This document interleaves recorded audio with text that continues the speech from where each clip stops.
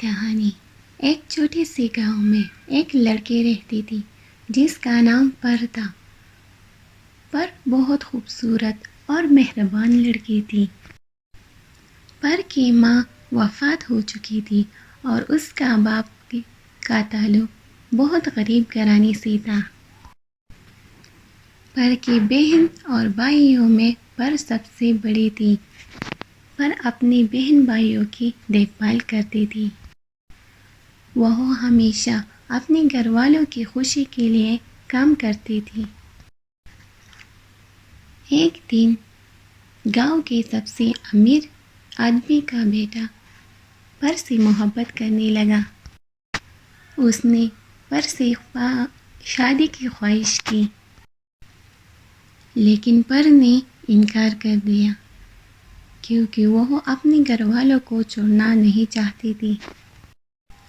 امیر آدمی کا بیٹا پر کے انکار سے بہت غصے میں آیا اور پر کے باپ کو دھمکی دی کہ اگر پر نے ان سے شادی نہیں کی تو وہ ان کے گھر والوں کو برباد کر دے گا۔ پر نے اپنے باپ کو بچانے کے لیے خودکشی کرنے کا فیصلہ کیا۔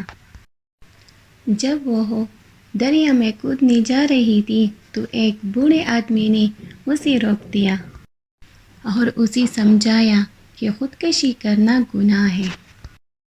پر نے بوڑھے آدمی کی بات مانی اور اپنے گھر واپس چلی گئی۔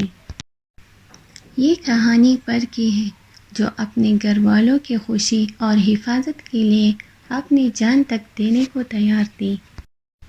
یہ کہانی ہمیں یہ سکھاتی ہے کہ گھر والوں کی خوشی کرنا اور حفاظت کرنا سب سے اہم ہے، لیکن خودکشی کرنا گناہ ہے اور اس سے بچنا چاہیے۔